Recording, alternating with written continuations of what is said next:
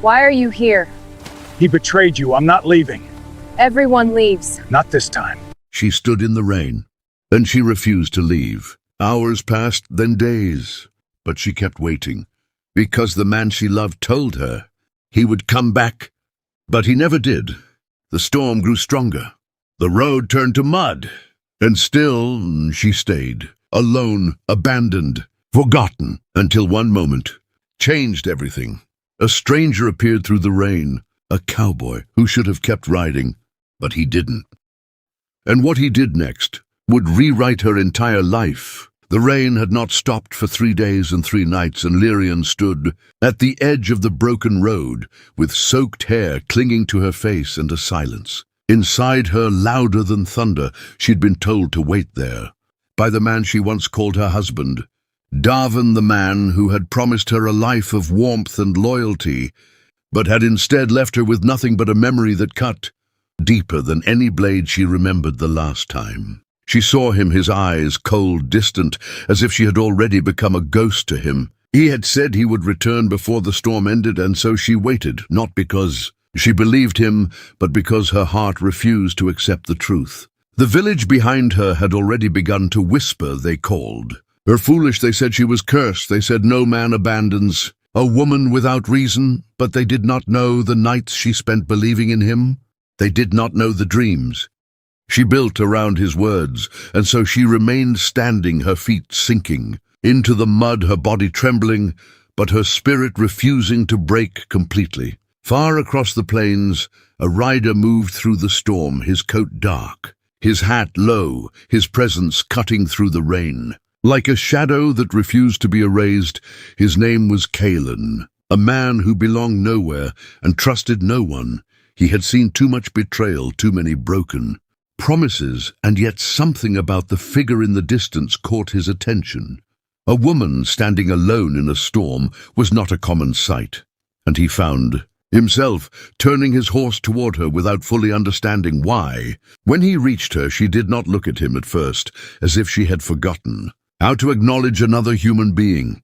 He studied her quietly, noticing the exhaustion in her posture, the quiet grief etched into her face, and the strange strength that kept her upright. "You should not be here," he said, but she did not answer. Kalen dismounted slowly, the rain dripping from his coat as he stepped closer. He had met many people in his travels, but there was something different about her, something that felt both fragile and unbreakable at the same time. He had learned long ago to walk away from things that did not concern him, but his feet refused to move. Finally, she spoke, her voice barely more than a whisper. He said he would come back. Kalen did not need to ask who he understood immediately, and the truth settled heavily between them, like the storm itself. "He is not coming." That Kalen said, not with cruelty, but with a quiet certainty born from experience. Lyrian closed her eyes, not in denial, but in acknowledgement, as if she had already known, but needed someone else to say it aloud. "Then why am I still here?" she asked. Kalen looked at her for a long moment, searching for an answer that would not sound empty. "Because leaving means accepting it," he said. The wind howled around them, and for the first time, she turned to face him, her eyes reflecting both pain and defiance. "And who are you to tell me to leave?" He almost smiled, but there was no humor in it. Someone who stayed once and paid the price for it. The silence that followed was different now. It was no longer empty. It was shared.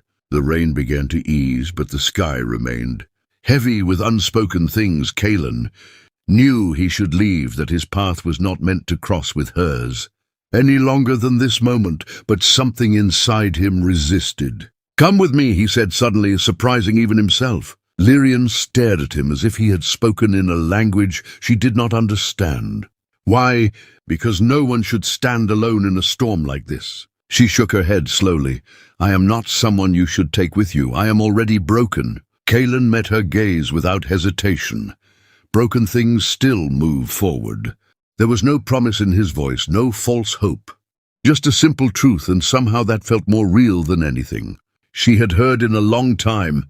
The road stretched ahead, uncertain and endless, and for the first time since the storm began, Lyrian took a step away from the place. She had been abandoned. Kalen did not offer his hand, But he did not ride away either. And so they began to walk together, not as savior and saved, but as two people carrying their own scars into an unknown future.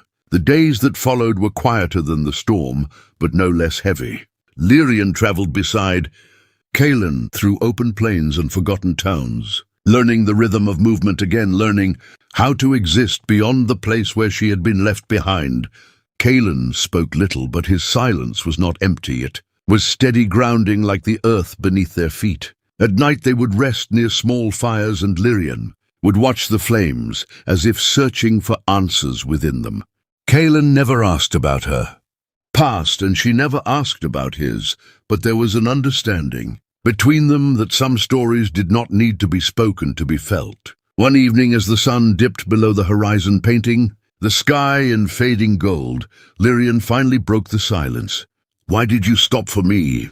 Kaelin stared into the fire for a long moment before answering. "Because I know what it feels like to be left behind." She waited, but he said nothing more, and somehow that was enough. Weeks passed, and the bond between them grew, not through grand gestures, but through small, unspoken moments. The way he always made sure the path ahead was safe. The way she began to smile again, even if only slightly. The way they learned to trust the presence of another without fear. But the past does not disappear so easily. One afternoon, as they passed through a trading post, Lyrian saw a familiar face, a man who had once known Darvin, and with that single glimpse, the wounds she had tried to leave behind reopened. He told her the truth. Darvin had not simply abandoned her. He had chosen another life, another woman, another future, leaving Lyrian behind as if she had never mattered. The words hit harder than the storm ever could, and for a moment she felt herself breaking all over again. Kaelin stood beside her, not speaking, not interfering, but present.